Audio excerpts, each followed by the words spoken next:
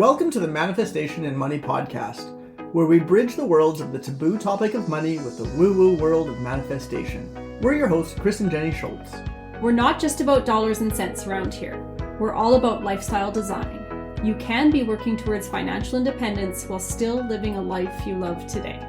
Get ready for insightful conversations with guests who have embraced the FIRE movement by achieving financial independence and retiring early, as well as entrepreneurs and individuals who defied the norm and have paved their own way to a life they love. Together, we'll explore the powerful connection between mindset, financial freedom, and living a purposeful life. And of course, we'll be sharing our own journey to how we carved our path to a seven-figure net worth before hitting the big 4-0. Are you ready to ignite your financial future? Then let's dive right in. Welcome to the Manifestation and Money podcast, where your journey to financial independence and the life you love begins now.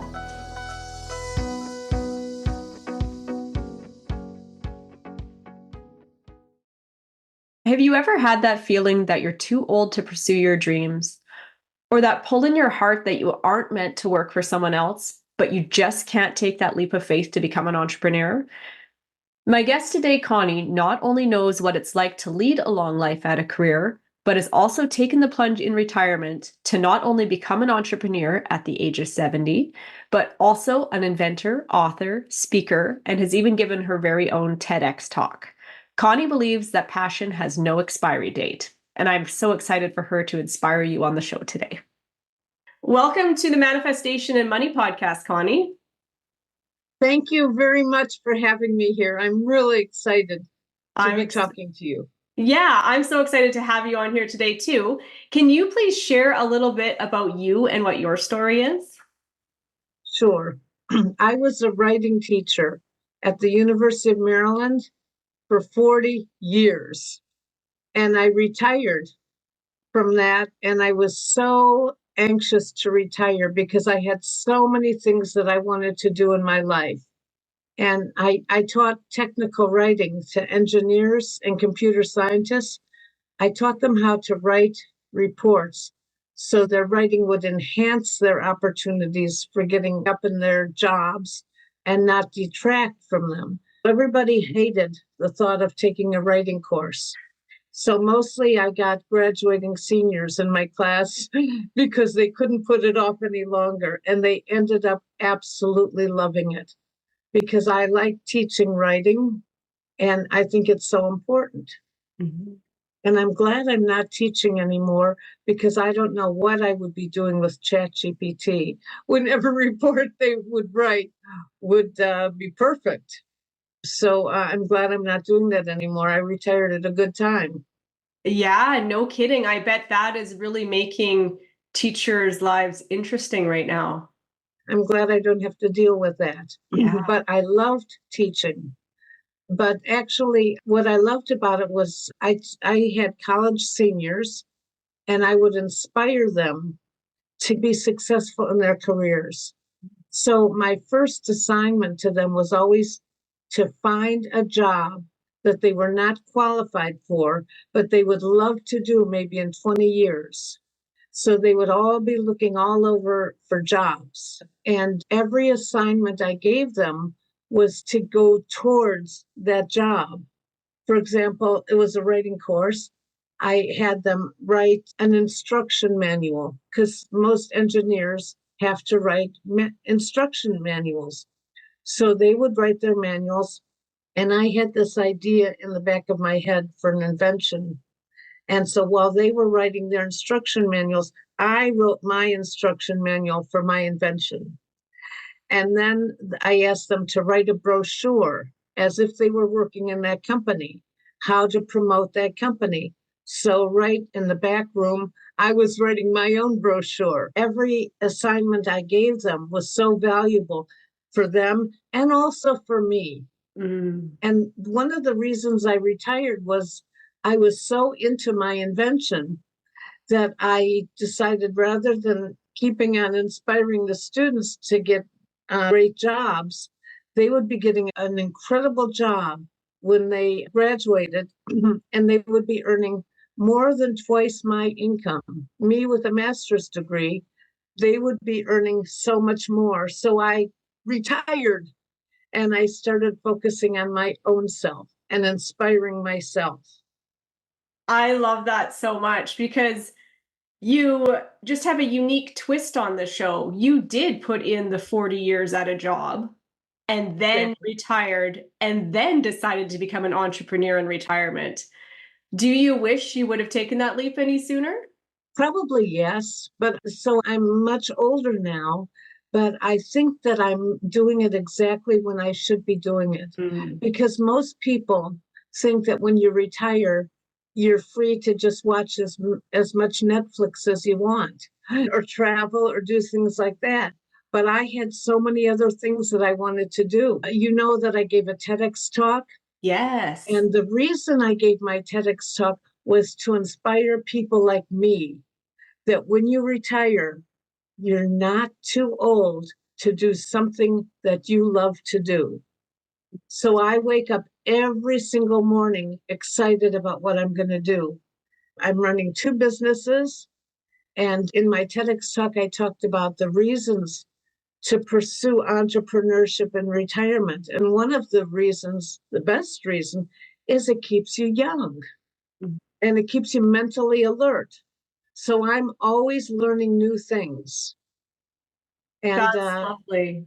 and that's what I'm doing in my message. TEDx tells you to give a talk about messages worth spreading. I can't think of anything more worthy of spreading than embracing your age. I couldn't do anything about it, but I can change the way that people look at it. Wow, that is really well said. So I just am curious, what was that spark that drove you to become an entrepreneur in retirement? My first thing was my invention, and I was too busy teaching. You can imagine when you were in college, you would pull all-nighters to write your papers and do all your work. I was spending all-nighters writing those papers, and I didn't want to do it anymore. I wanted to inspire myself. So what encouraged me? I encouraged myself because my main thing that got me started was my invention. And did you know I was an inventor? Yes, yes. And I would love you to touch more on that. So, what have you invented, and what does the process look like to bring an invention to reality? I love telling people that I'm an inventor because there are very few women inventors, and everybody has an idea. I think most people, maybe 3 out of 10, have an invention in their head, but nobody does anything with it. And 10 years later, they see their product on the store shelf and they said, I thought about that before. I learned how to be an inventor. And my invention had to do with my age, because when I would go out to eat in restaurants, I couldn't read the small print on the menu. And so people would pass around reading glasses, but very often we would forget them. And also the restaurants were so dark, and I would look for a candle so I could read it, because our eyes would get worse as we get older. So my invention was a little handheld device that has a magnifier on it. It has a light on the back that's not so intrusive like a smartphone. And it can also figure out a tip and split the bill in 3 seconds. Okay. And it looks like it's about maybe a little bit smaller than the size of a handheld phone. Yes, it's a lot smaller. And another thing with a cell phone, if you bring your smartphone to a restaurant and you get up to go to the bathroom or something, if you leave it on the table, it's gone. Someone's going to steal it. And that's like a lot of money. And my thing is $20. If somebody steals it, they can't, but you can also fit it right in your pocket. And if you go to a club and you're dancing or something, you don't have to carry your smartphone around. So I invented that. And I knew nothing about being an inventor, but I learned. And then I was trying to get some visibility for my product. So I hired some publicity companies. They got me nothing. So I learned how to get my own publicity. And then after I started getting publicity, I wrote a book because I'm a retired writing teacher.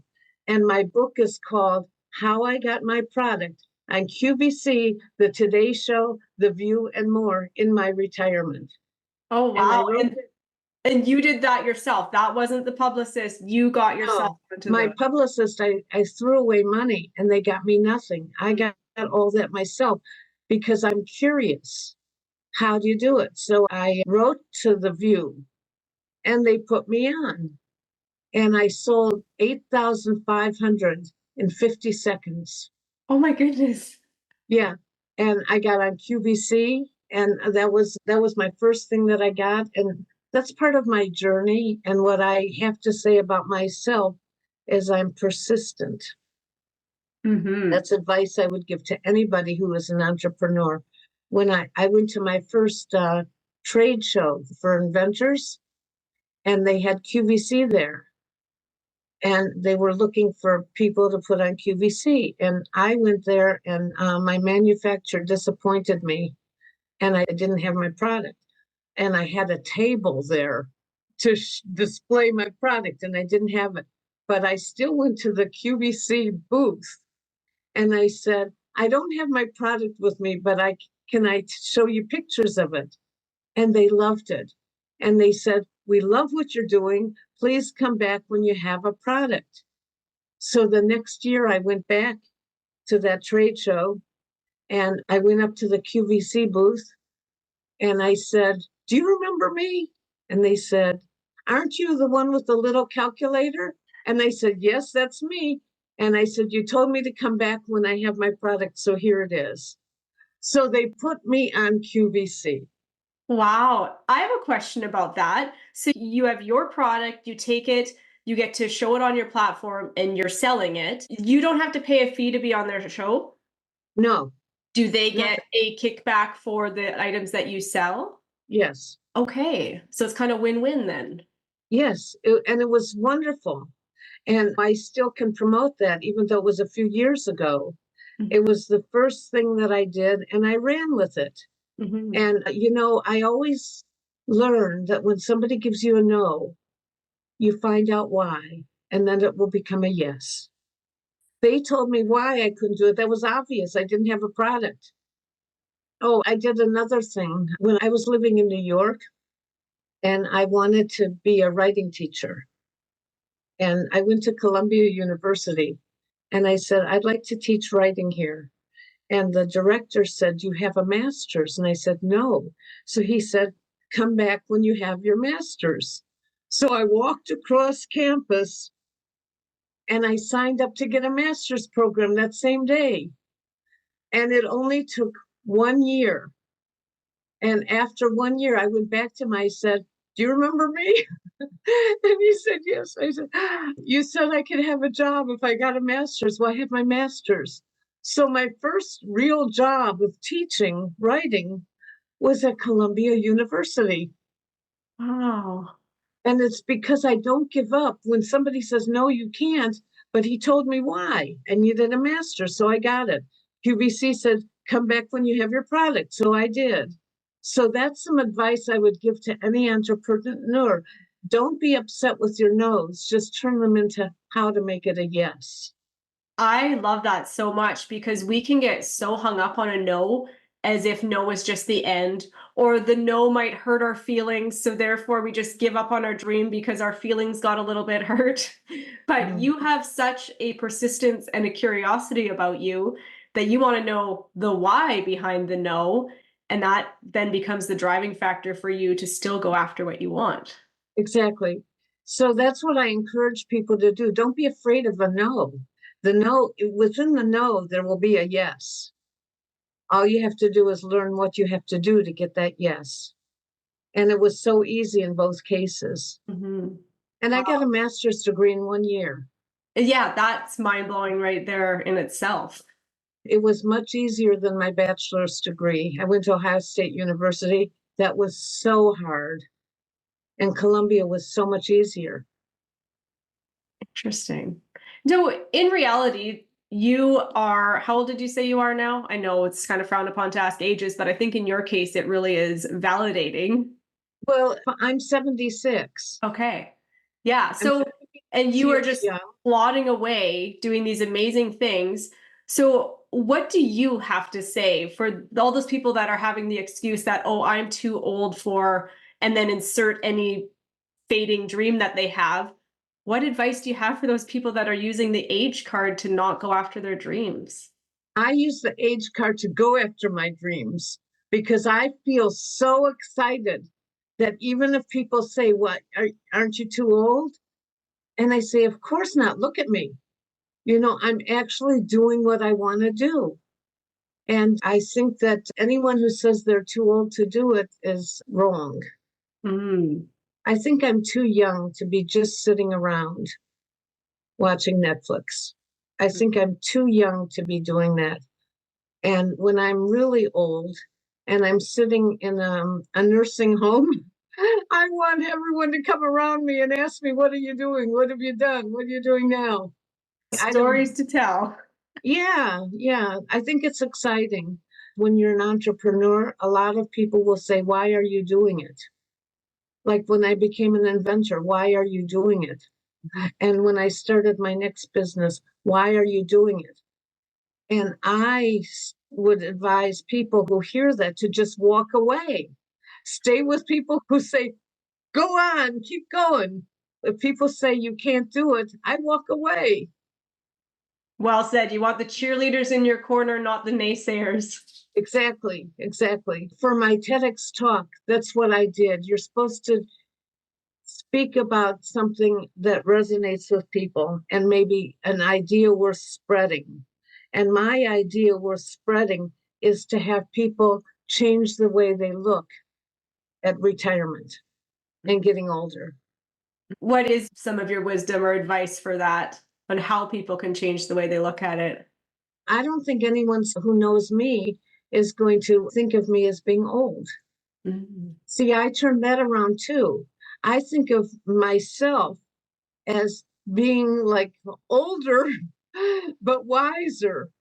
And also, when you get older, you don't have any fears because we've failed maybe so many times. Have you ever failed Oh, at yeah. something? Oh, yeah. I failed more. Okay, you win. I failed so many times that now I'm not afraid of failing because I know once you fail, you get up and you do it better. Well said. Well said. I'm going to tell my 7-year-old that later on because he gets scared of a lot of things and he needs that pull to get him through. So fear is not a bad thing. So let's talk about TEDx. How did you go about getting yourself on there? I heard it was really hard, Mm-hmm. but I didn't find it so hard. I was looking up TEDx event planners on Google, and I found one, and I connected with him on Facebook. And I said, "I would like to give a TEDx talk. What do you think?" And he said, "What do you want to talk about?"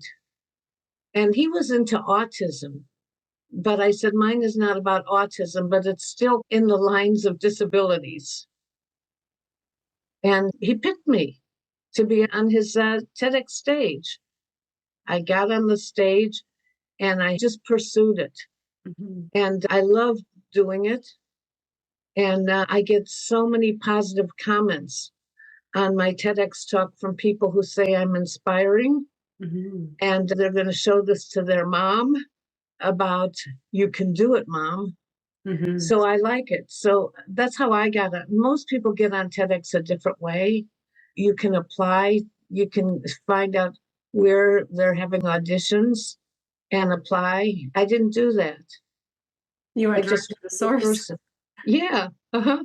So overall, what was the time frame that it took you to think, oh, I want to be on a TEDx, to you actually getting to speak? A few months. Oh, wow. He worked with me right from the start. Okay. And do they kind of prep you and coach you along on what their expectations are? And Yes. He made a lot of suggestions to me and they were fantastic. His suggestions were absolutely great. And I didn't think that they would be. He was real picky.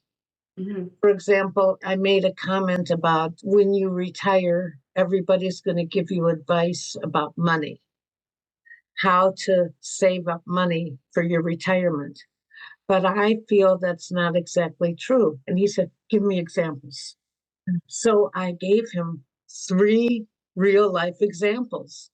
One of my friends who's retired saved up money for her retirement and then put money down on a house in Florida that she wanted to retire to. And she was working with a financial advisor.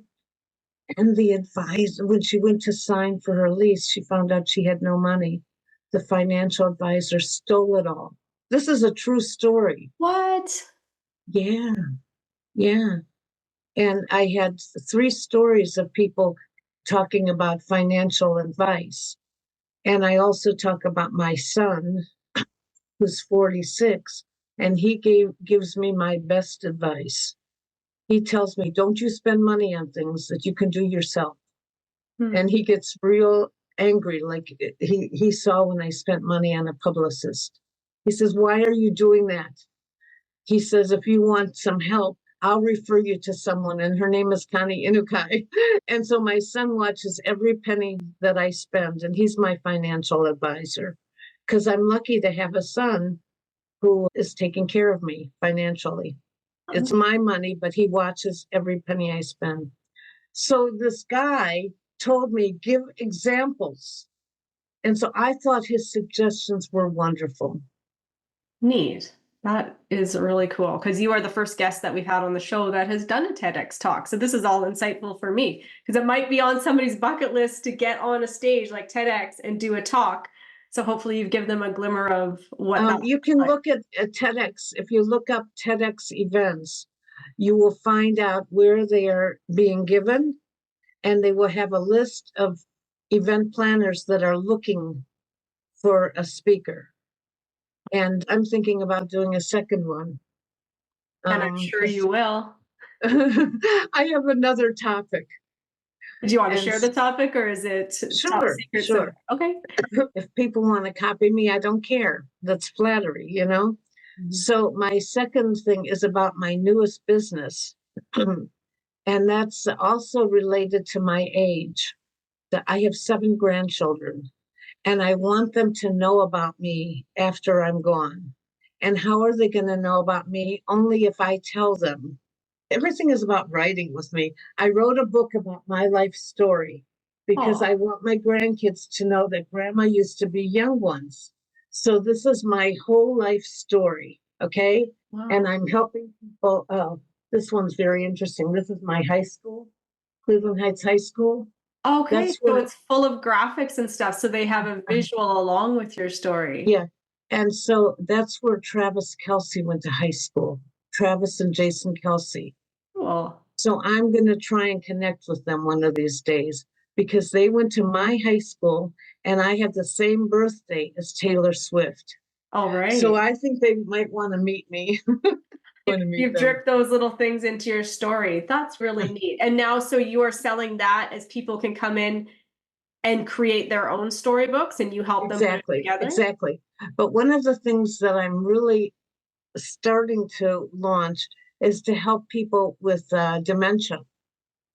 Because people with dementia are a totally overlooked category of people, yet they are people. They have terrible short-term memory, but they have great long-term memory. And if they would write a book about their life story, their eyes light up when they see a picture of them doing something as a child. They can remember it. So I think that this is a wonderful idea to help people with memory loss. Yeah, that could be very, very powerful. Yeah, so that's what I'm doing now. I'm working mostly with people who don't have memory loss, but I am working with one of my friends whose mother has dementia. And of course, the friend has to write the book, but she's a part of it because I have her look through photo albums. And whenever she sees a picture she likes, we put it in the book. Oh, wow. That's inspiring. I'm going to keep my tabs on you so I can look back or look forward and see how that plays out. That's fascinating. Yeah. Yeah. So before we go, I need to know what your biggest piece of advice is for other people trying to break away from the status quo and carve their own path to a life they love. Don't be afraid to try. Okay. My best quote that I keep in my office is by Erin Hansen, and it says, "What if I fall? Oh, but my darling, what if you fly?" So don't be afraid, because you never know what's going to happen to you. Mm-hmm. And what a positive spin. I love that. That's the perfect way to end the show today. So where can the listeners reach out and catch more of you? Okay, I have a website, and it's called Grandmapreneur.com. And on there, I help people, I advise them on how to start a business. And I also have it as an umbrella. And I have two other websites on there. One website is called for my tip and split, for my invention. And the other one is for writing your life story, and I call it Write Your Selfie. And the reason I call it Write Your Selfie is because young people like you always take selfies, but old people like me don't take selfies. But selfies are pictures. So this is a chance for them to write their selfie. Thank you so much for joining me on the show today, Connie. Thank you for having me. This was really exciting. I loved the questions you asked me. Awesome. It was truly inspiring. Thank you, and good luck to you. Thank you for joining us on another episode of the Manifestation and Money podcast. If you enjoyed today's conversation and want to continue your journey to financial empowerment and creating a life you love, be sure to subscribe, rate, and leave a review. Come follow us on Instagram at Manifestation and Money Podcast or at 4Leaf Lifestyle for more inspiration and behind-the-scenes content. Remember, your life is yours to live. Your financial freedom journey is as unique as you are. So hop in the driver's seat. It's time to create the life of your dreams.